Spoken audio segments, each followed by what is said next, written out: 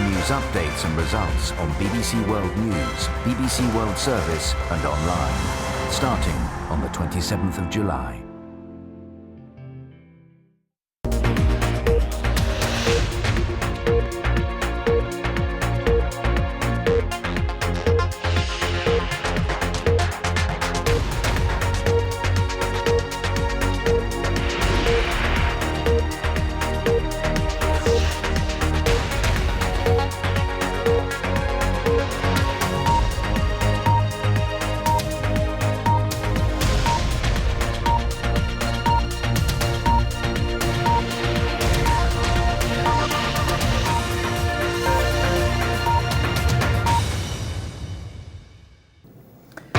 This is the Business Edition with me, Tanya Beckett. Shares in Indian car maker Maruti Suzuki plunge after a deadly riot shuts a car factory. 1 is killed, 59 injured in the clashes. China forges closer ties with Africa as it pledges $20 billion in credit for the continent to boost trade. Fighting for survival, fallen mobile phone giant Nokia announces slumping sales and mounting losses. And Microsoft and Google, 2 giants of global technology, report their results. We'll bring you more later in the programme. Also coming up, Une belle maison en France, how one estate agent is using a lottery to shift homes in Marseille. And the quick march to riches in China, the massive wealth creation of China's growing middle class.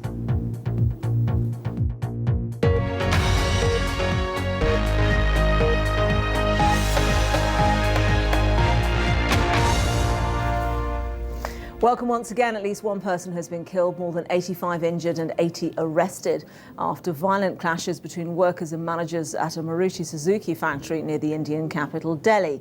A senior factory official died in the riot at the Malasar plant on Wednesday evening. Maruti, India's biggest car maker, has halted production at the factory. Managers and workers blame each other for starting the clashes, which follow months of troubled labour relations. Shilpa Kanan reports now from the factory in Haryana. The shattered glass and debris outside the main gate of Maruti Suzuki's factory in Manesar. An aftermath of a violent clash between management and workers here. Production is now halted and the factory is guarded by policemen. 1 person died in the fire, identified as a senior human resources manager. The company said the violence began after a scuffle between a worker and a supervisor, and it escalated when they tried to take disciplinary action against the employee. Other workers protested and blocked the exit gates, preventing senior managers from leaving the factory. As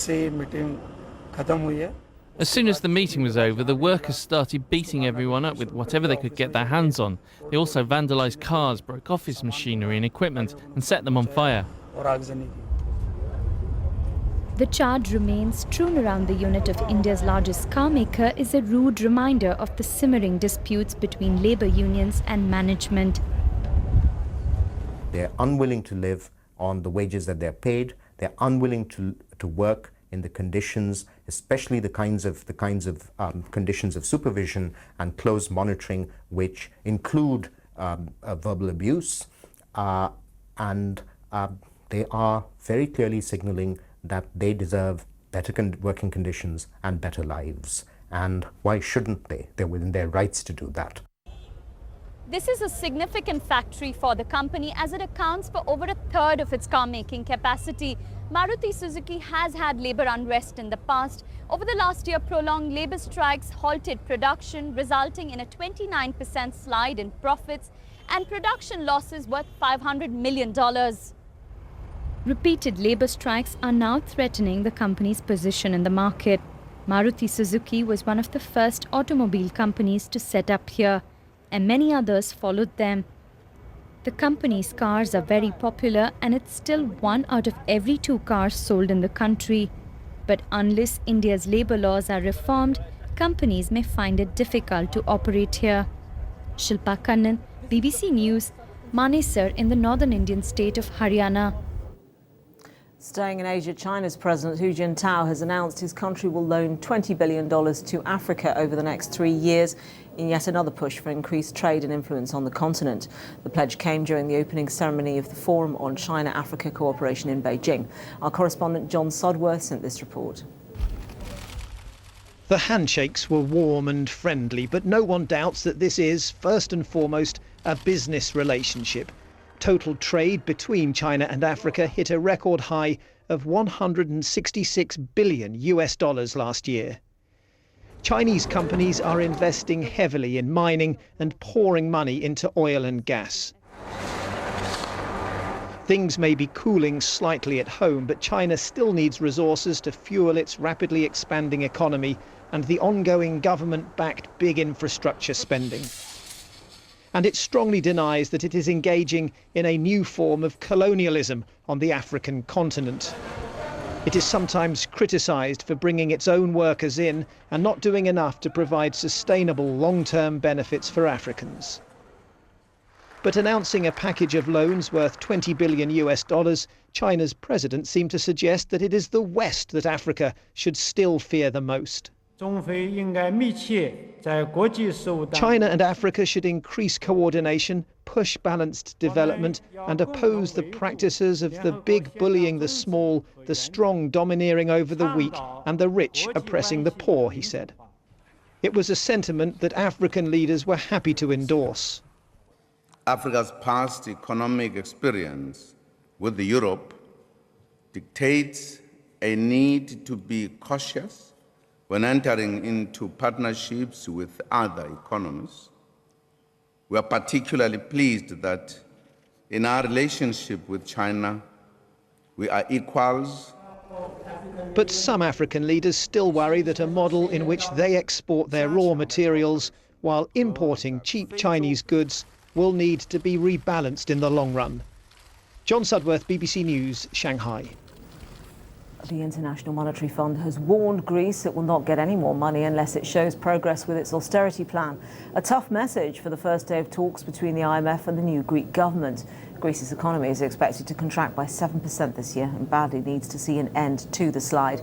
Tourism is one of the many industries that's taken a hit. It makes up 1/5 of the economy, but numbers are down 20% on last year. I'm joined now by Greece's newly appointed tourism minister, just 1 month in the job, Olga Kefalogianni. Welcome to the programme. What's happening to tourism at the moment? A very important part of the Greek economy.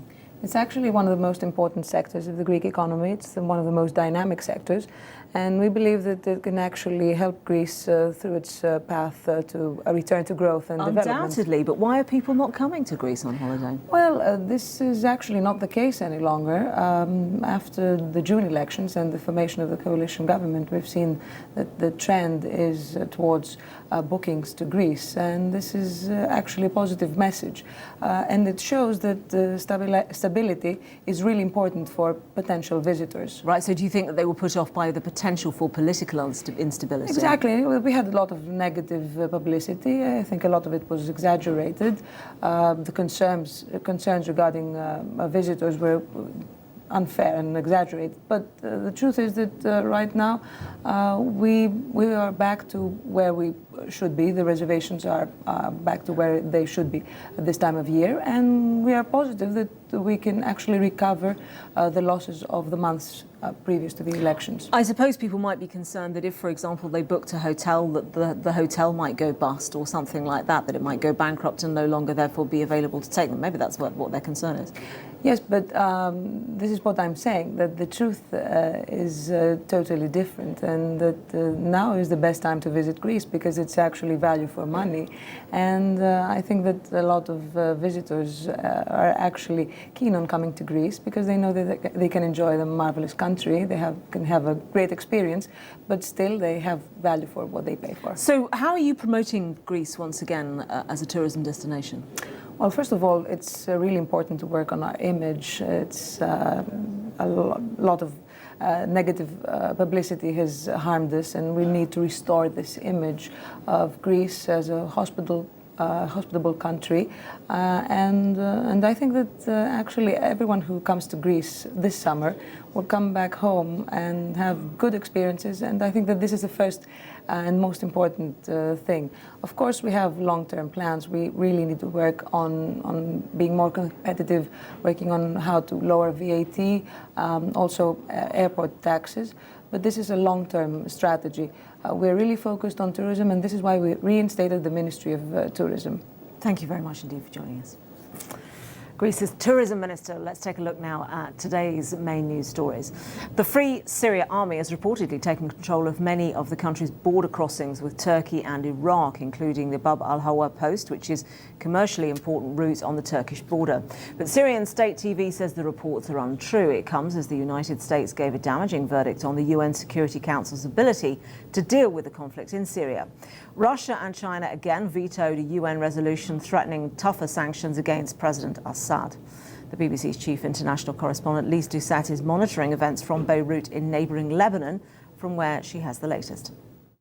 All the talk now is of a turning point in the 16-month-long uprising against President Assad. It's absolutely clear that this week marks an extraordinary turn in events. What isn't clear, though, is when is the point when it will all end and how will it end? Just take Damascus, where for many months during the pressure on President Assad, much of Damascus was described as a bubble, largely untouched by the growing violence in the rest of Syria. And now when you talk to residents, they speak of hearing constant sound of gunfire right across the city. They hear the sounds of explosions, and also for the first time this week, the clatter of helicopter gunships that the government forces is having to deploy in order to take on these opposition forces as they move ever closer to the center of power, the strategic center in Damascus. And that certainly was underlined by this bombing in the middle of a National Security Council meeting that cost President Assad 3 of his top security officials.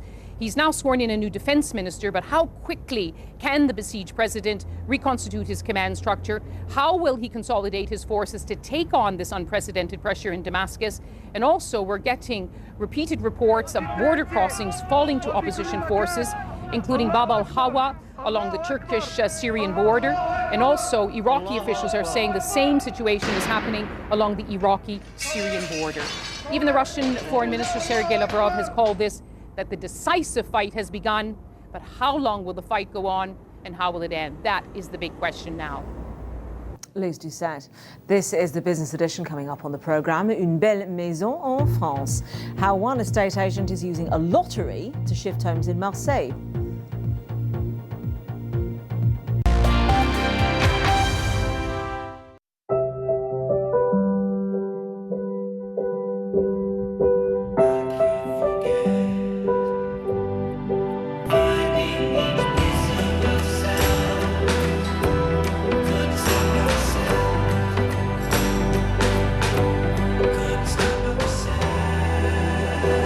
Believes the more of our world we see, the richer we become.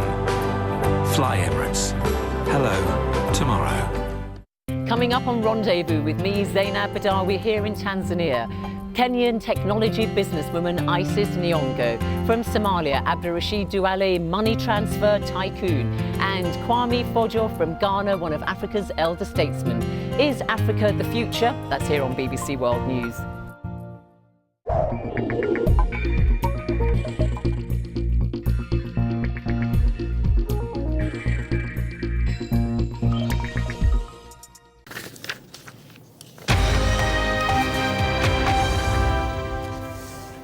I'm Tanya Beckett, this is BBC News, and here are the headlines. Shares in Indian car maker Maruti Suzuki plunge after a deadly riot shuts a car factory.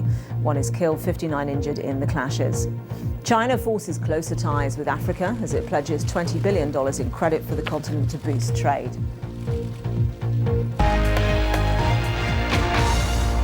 Nokia, which used to be the most dominant mobile phone maker in the world, has made losses of 1.4 billion euros. That's about $1.7 billion. And that just in the last 3 months. The mobile phone maker lost more market share to Samsung and Apple. Sales fell 19% to 7.5 billion euros. Smartphone sales fell by almost a third to 1.5 billion euros. So the question is it all too late now for the Finnish company, or can it still make a comeback? Here's Philip Hampshire. Finland's Nokia says sales of its flagship Lumia smartphone have doubled to 4 million units in the second quarter. That's way above the numbers expected by analysts and caused the company's shares to surge.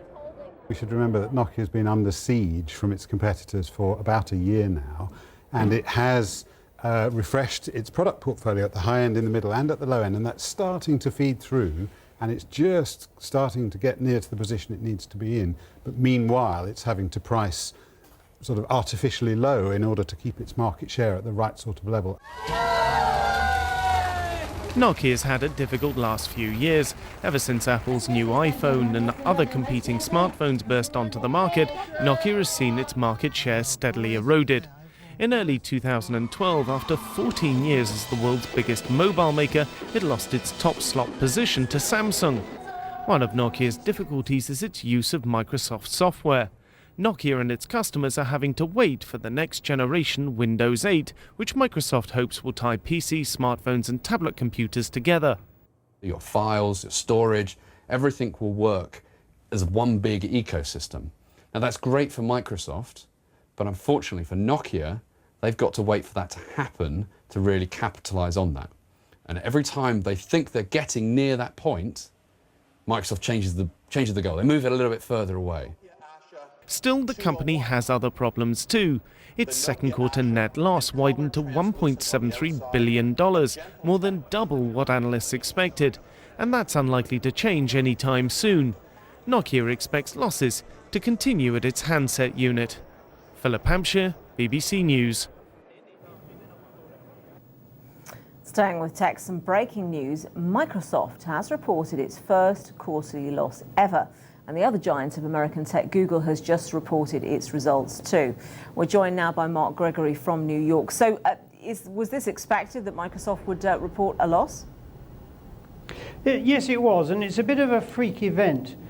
Quite recently, Microsoft announced that it had written down virtually the entire value of an investment it made some time ago when it bought an internet advertising company called Aquantive.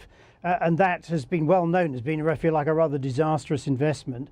And investors have known about that for quite some time. But recently, Microsoft said it was going to write off almost the entire value of that investment. And as a result, it's wiped out Microsoft's profits for this quarter. If you take away that one-off event, if you like, then Microsoft's underlying profit increase was something in the region of 10%. So not a bad figure. Of course, it is a bit of a shock that Microsoft, this colossus, has reported its first ever quarterly loss, but it doesn't come as much of a surprise and probably won't affect investors' perceptions of the company that much. They've known the bad news about this advertising investment for some time.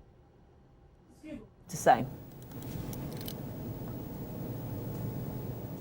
What does Google have to say, Mark? Well, Google made a profit of around $2.7 billion. A bit difficult to compare with previous figures because it's for the first time it's actually included the results and the fact that it bought the Motorola mobile phone business. But nonetheless, it's quite a solid figure. One thing that people were looking at in the small print was this bizarre thing called the cost per click. A lot of Google's revenues comes from the money it gets when people click on the sponsored links next to search results. And actually, many people were predicting that there was going to be a big hit to this revenue source as a result of the growth of mobile platforms, but actually it's slightly ahead. So probably rather a good set of good results from Google. Haven't really had time to fully look through them though yet. No, indeed. Mark, thanks very much indeed. Mark Gregory there. Let's take a look now at some of the other business news of the day. Investment bank Morgan Stanley has been hit by a sharp fall in revenue from trading on the markets. The bank, though, swung back into profit in the second quarter, earning some $560 million. The figures were worse than analysts had forecast, but echo investment banking revenue declines that we've seen on Wall Street peers Citi and JP Morgan and Bank of America.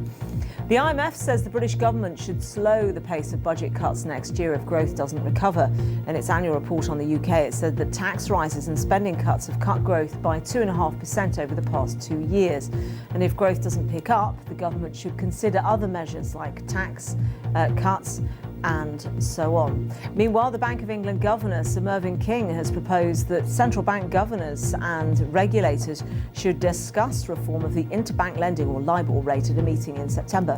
Mr. Sir Mervyn told fellow central bankers in a letter that it is a clear radical reform of the LIBOR system that's needed, and this follows a scandal, of course, in which British bank Barclays was fined £290 million or $450 million for rigging the key lending rate. China is preparing for a major change in its top political leadership in the autumn, with President Hu Jintao and other senior leaders stepping down after 10 years in charge. President Hu has overseen a decade in which China has become the driving force of the world's economy, creating a middle class now estimated at 300 million people. John Simpson reports from Beijing on those who have prospered in booming China. In a decade, China's leaders have delivered two extraordinary successes. They've made China 4 times richer, and they've avoided any great political turmoil. Peace and prosperity. If they had real elections here, it'd be a winning slogan. Michael Yu's life has been transformed by China's success. He sounds like an evangelist, and he is, for education. His parents were illiterate. He's now got language schools all over China with 2.4 million students. Yet he's modest for a billionaire. A nice enough house on a quiet estate, but certainly no bling. This country has changed so much. It's changing. Actually, it's even the people have so many complaints, but the country is making so great progress. It's true. Even the government is making progress. So we have hope. 13 years ago, China had $1 billionaire. Now it's got 270. How do they spend it all? This is a gathering to help them. But Rupert Hoogworth, the British compiler of China's rich list, reveals an extraordinary statistic. 60% of China's billionaires would like to emigrate. You can see why. Life here is an unceasing struggle.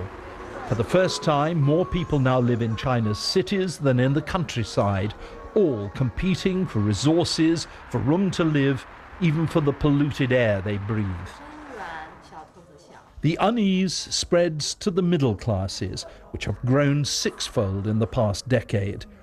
Xiao Yang works for Motorola. His wife, Yanan, is a lawyer. They live the Chinese dream. Yet part of that dream is to get out. If you're rich enough, you can take your whole family there. I would do that as well. If you got enough money, and I would take my whole family, maybe to move to somewhere else, for example, Canada or whatever. Their son, Dawei, takes fencing lessons. It's good training. Life in China is a battle of all against all. And what about all those people whose efforts have created the Chinese miracle? Their lives have often been badly disrupted because they've flooded into the cities to work long hours at mindless tasks. Simply giving people more money hasn't had the result China's leaders expected. Before we thought, as long as we make it, the economy become better, people get more income, people must be happier. But now I find is if the justice is not there, if the equalization is not there, and people are still not happy, and even less happier than before. What's happened in China over the past 10 years will probably turn out to be as important historically as Britain's Industrial Revolution. The problem is that the huge gap between China's haves and have-nots is getting even bigger. And sometimes the rule of law here scarcely seems to exist. John Simpson, BBC News, Tiananmen Square. Well, we've been reporting to you on property prices falling in Spain and, of course, the effect that has had on banks. And that, of course, has been the latest twist in the Eurozone crisis. But what about property prices in France? Well, of course, the rise wasn't actually as dramatic because the foreign investment wasn't quite the same, but it wasn't far off. And actually, since the turn of the century, we saw a doubling of property prices. And during the financial crisis, they only dipped a little bit. But analysts are now warning they could be dipping a lot, not Not tomorrow, but maybe in the coming months we will start to see at least a slowdown. Now, part of the problem, of course, is that people are finding it extremely difficult to get loans. But an interesting symptom of this is that one estate agent in Marseille, at least, is saying that he is running a lottery. There he is, with the tickets there. So you buy a ticket, and if enough people contribute, that presumably pays for the house, and there is a lucky winner. This is what he had to say about it. There's the value of the property, which we add the notary fees in our commission to, and we get a price that includes everything. So from that moment, we can work out how many 10-euro tickets there will be. And once that figure is reached, we stop the game and proceed to the draw. Well, the adjudicator does. Right, so that's from the perspective of the estate agent. And of course, for the lucky winner, and I understand this winner actually bought 4 tickets, so she would have paid out 40 euros and got a house in France. This is how she felt about it. To borrow everything is so difficult. You have to have a very solid situation when we don't even know if we can keep our jobs. It's the economic crisis, do you know what I mean? It really is a dream, a young girl's dream. Now, here's the observation I would make about that, and that is that the estate agent is having to buy the house, which is a completely different risk profile than actually just selling a house and taking a commission. So they've entered a completely different business as far as I can see. And how do you know you're going to sell all of those lottery tickets? You don't really, do you, before you've bought the house? So it's slightly confusing to me, I have to say. But then this is France we're talking about. There are plenty of things I don't understand. So let's take a look at what's been happening on the markets. And really, they are responding much more to results. It will be very interesting to see how we see Wall Street respond when it opens on Friday. But at the moment, some tech results seeming to buoy the market up a bit, and the Dow is up just 1/3 of a percentage point. Nothing to really get too excited about. The European markets also a little bit of respite from worrying about the Eurozone crisis. We now know that Germany has voted in favour of lending money to Spanish banks, so that is certainly one big hurdle that has been cleared. But we have, of course, seen the euro come under a bit of pressure recently against the dollar. Let's just remind you quickly of our top story. Shares in Indian car maker Maruti Suzuki plunge after a deadly riot shuts a car factory. 1 is killed, 59 injured in the clashes. I'm Tanya Beckett. Thanks for joining us. That was the Business Edition.